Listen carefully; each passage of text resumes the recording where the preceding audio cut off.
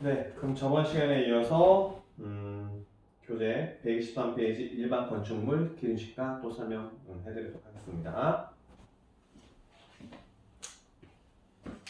교재를 먼저 보시면 첫 번째 줄 일반 건축물의 기준식가는 건축물의 신축 가격, 구조 용도 위치, 그다음에 신축 연도 등을 고려해서 매년 1회 이상 국세청장이 산정 고시하는 가액으로 한다.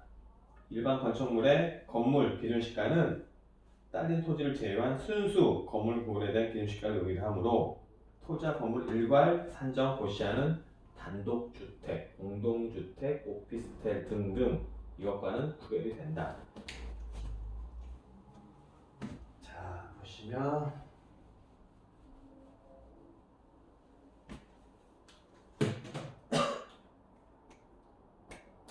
여기 보시면 이제 맨 처음에 주택을 했어요. 토지, 그 다음에 토지하고 주택을 했는데 토지만 했구나 일단. 여기서 보시면 일반 건축물이 이렇게 있어요. 일반 건축물.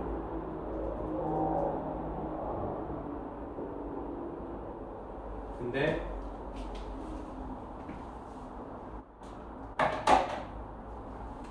일반 건축물이 지금 뭐라 그러다 그랬죠? 단독주택, 오피스텔 이런 것들을 평가를 할 때 보면은 얘네들은 이쪽들은 건물하고 토지를 같이 평가를 해요. 같이. 예를 들어 단독주택이다. 그럼 단독주택 이렇게 깔고 앉아 있는 그 토지 넓이가 있잖아요. 그거랑 같이 건물에 수직으로 투영하면 그 연면적을 기준으로 해서 이제 어느 정도 이제 토지에 대해서도 같이 평가를 한단 말이에요. 근데 일반 건축물은 토지에 대한 건 전혀 없고 이 건축물에 대해서만 평가를 하는 거니까 좀 다르죠. 그걸 좀 이해를 하셔야 되고, 그리고 여기도 보면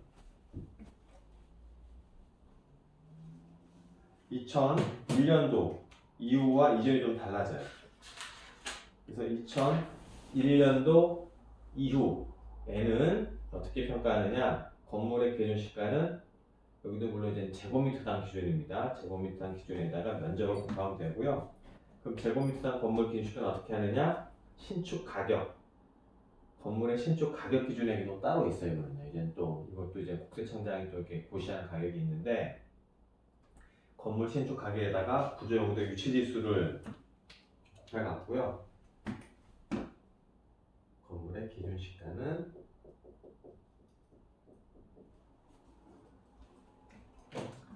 건물 신축가액 그 다음에 구조 지수, 구조 용도, 위치 지수 한 다음에 거기도 잔액가율도 곱해요. 이게 일단 세법에 다 나와 있는 얘기고요. 이렇게 해서 일반 건축물을 이제 기준시가로 평가를 합니다. 건축물에 대한 기준시가를. 근데 여기서 이제 보면 신축가액이 뭐냐? 신축가액. 거기 표가 나와 있어요. 표가. 이것도 이제 제곱미터당 얼마 이렇게 나와 있거든요. 이렇게 보시면 이거 이제 예시만 돼 있는 건데 2001년도부터 2020년까지 돼 있고요. 보면은 2001년도에는 40만 원이었다가 지금 한 73만 원 정도 올라가 있어요. 그래서 언제 이 건물이 언제 지어졌는지를 알면 그때 당시에 제곱미터당 신축가액이 좀 더 들어간다는 걸 알 수가 있는 거죠. 그래서 이제 2020년도면 73만 원이니까 3.3 제곱미터가 한 평이라 그랬잖아요. 그럼 73만 원이면은 이거 한 평 정도 이제 들어가는 건축비가 얼마 안 되는 거예요. 그런 거 생각하면은 집값이 너무 비싸죠. 호텔도 최고급 호화스럽게 호텔을 지어도 평당 500만 원치 안 되거든요. 참고로 같은 거 어찌됐건 건축가액 그 정도 돼 있어요. 돼 있고 그 다음에 이제 구조지수 구조, 용도, 위치 지수, 그 다음에 잔가율인데 간단히 설명을 드리면은 구조가 뭐냐, 뭐 나무로 지었냐, 뭐 철골로 되어 있냐, 뭐 콘크리트로 되어 있냐, 뭐 그런 거예요. 그래 거기에 따라서 구조 지수가 뭐 110점이냐, 100점이냐, 110%냐, 100%냐 이렇게 좀 달라져요. 이렇게 그 갖다 얘도 표로 되어 있는 게 따로 있고요. 용도는 이게 주택 용도냐, 아니면은 근린 생활 시설이냐, 뭐 체육 시설이냐 등등등도 나눠져 있어요. 그리고 동원 예비군 훈련 시설이 이렇게도 나눠져 있고요. 그다음에 위치, 이게 도시적에 있느냐, 어디 있냐, 그 위치에 따라서 나눠져 있고, 잔가율은 감가상각하고는 완전 다른 개념이긴 하지만 그거랑 좀 비슷한 개념을 생각하시면 돼요. 이게 건축물이 오래되면 오래될수록 이게 좀 많이 낡아지잖아요. 그거에 대해서 어느 정도 조정하는 개수거든요. 이것까지 이제 설명드리기는 좀 이게 좀 오바인 것 같고 좀 지나친 것 같아서 좀 생략하는데, 어쨌든 대부분은 신축가에다가 구조용도 위치지수를 곱해서 기술시간을 구한다. 그리고 어떤 특별한 경우에만 잔가율에서 조정을 더 추가적으로 한다. 그 정도만 알고 있으셔도 충분합니다. 이렇게 기준시간 이렇게 한다.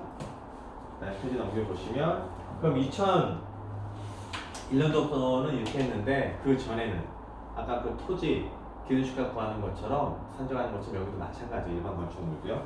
2000년 그 10월 31일 이전에는 어떻게 했느냐라고 하면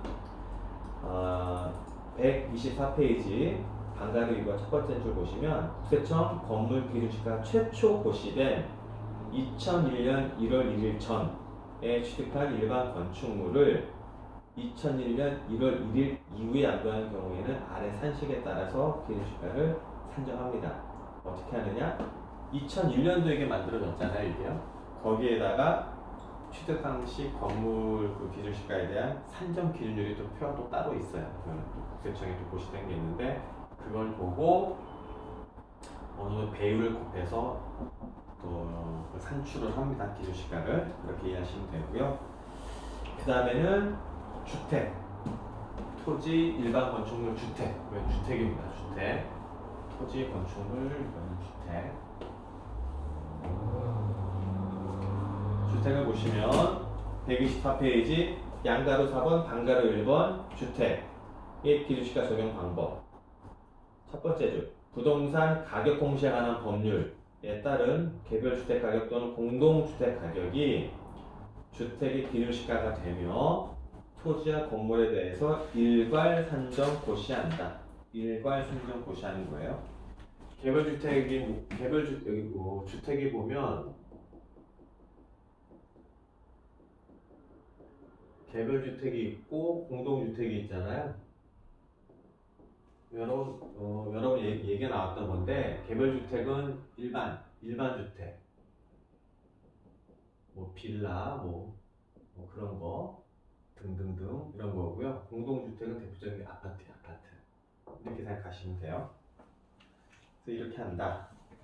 다만 공동주택 가격의 경우에는 부동산 가격 공시에 관한 법률 17조 1항 단서에 따라 국세청장이 협의하여 별도로 고시한 가격이 있을 때는 그 가격에 의한다.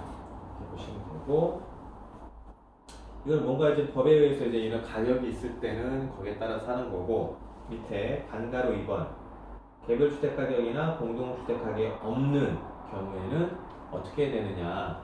아까 잠깐 말씀드렸지만 전국에 있는 모든 땅, 모든 토지, 모든 건축물, 모든 주택에 대해서 기준시가는 다 국세청에 산정할 수가 없어요. 일부만 하거든요. 그래서 없는 경우는 어떻게 하느냐. 이것도 마찬가지예요. 주택이 있는데 여기도 없는 경우, 기준시가가 없는 경우에는 어떻게 하느냐. 보시면 방가루 2번의 첫 번째 줄, 개별주택 가격 및 공동주택 가격이 없는 주택의 가격은 납세지 관할세무서장이 인근 유사주택의 개별주택 가격 또는 공동주택 가격을 고려해서 다음의 방법에 따라서 산정한다. 아까 땅 어떻게 하자는 거죠? 땅? 표준지 정하는 거죠. 표준지.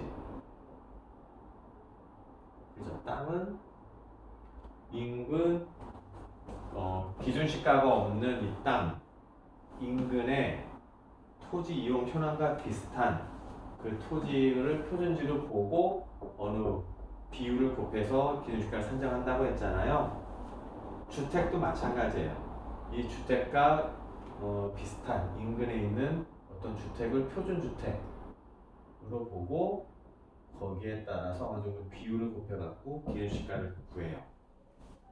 그래서 125페이지 첫 번째 줄, 124페이지 아래 맨 아래 줄 보시면 부동산 가격 공시에 관한 법률에 따른 개별 주택 가격이 없는 단독주택의 경우에는 당해주택과 없는 이 당해주택과 구조, 용도, 이용 상황 등 이용 가치가 유사한 인근 주택을 표준주택으로 보고 납세를 관할 세무서장이 평가한다. 그러니까 이런 기준 시가가 있으면 그걸로 당연히 하겠죠. 국가가 이제 비용과 인력과 비용을 투입을 해서 산출된 기준 시가가 있으면 그걸 활용을 하고, 그게 만약 없다면 산출된 표준지나 산출된 표준주택을 기준으로 해서 납세지 세무서장이 다시 한번 산출한다는 거예요. 이해되세요? 그렇게 이해하시면 됩니다. 그 다음에 125페이지 단가로 3번 기준 시가가 고시되기 전에 취득한 오피스텔, 사업용 건물 이런 건 어떻게 하느냐 보면은 다음에 산식에 의해서 계산한대요. 그러니까 이거는 만약 이런 경우에 맞닥뜨리게 되면 이걸 산식들을 외우는 게 아니고요. 이런 게 있으니까 이걸 보고 계산을 하시면 돼요. 이거는요. 이거는 패스합니다. 패스하고 좀 넘어가고요. 그 다음에 126페이지 오피스텔. 이건 어떻게 또 기준 시가가 나오느냐 보면 오피스텔 및 상업용 건물에 따른 토지를 공유로 하고 건물을 구분 소유하는 것으로서 건물의 용도 면적 및 구분 소유하는 건물의 수 등을 고려해서 국세청장이 지정하는 지역 안에 있는 소재하는 오피스텔 및 상업용 건물에 대해서는 건물의 종류, 규모, 거래 상황, 위치 등을 고려해서 매년 1회 이상씩 국세청장이 일괄하여 산정 고시합니다. 그러니까 이것도 국세청장이 비용과 인력을 들여서 고시를 하죠. 그렇게 좀 알아두시고요. 그럼 좀 잠시 쉬었다가 또 그 다음 진도 나가도록 하겠습니다. 네.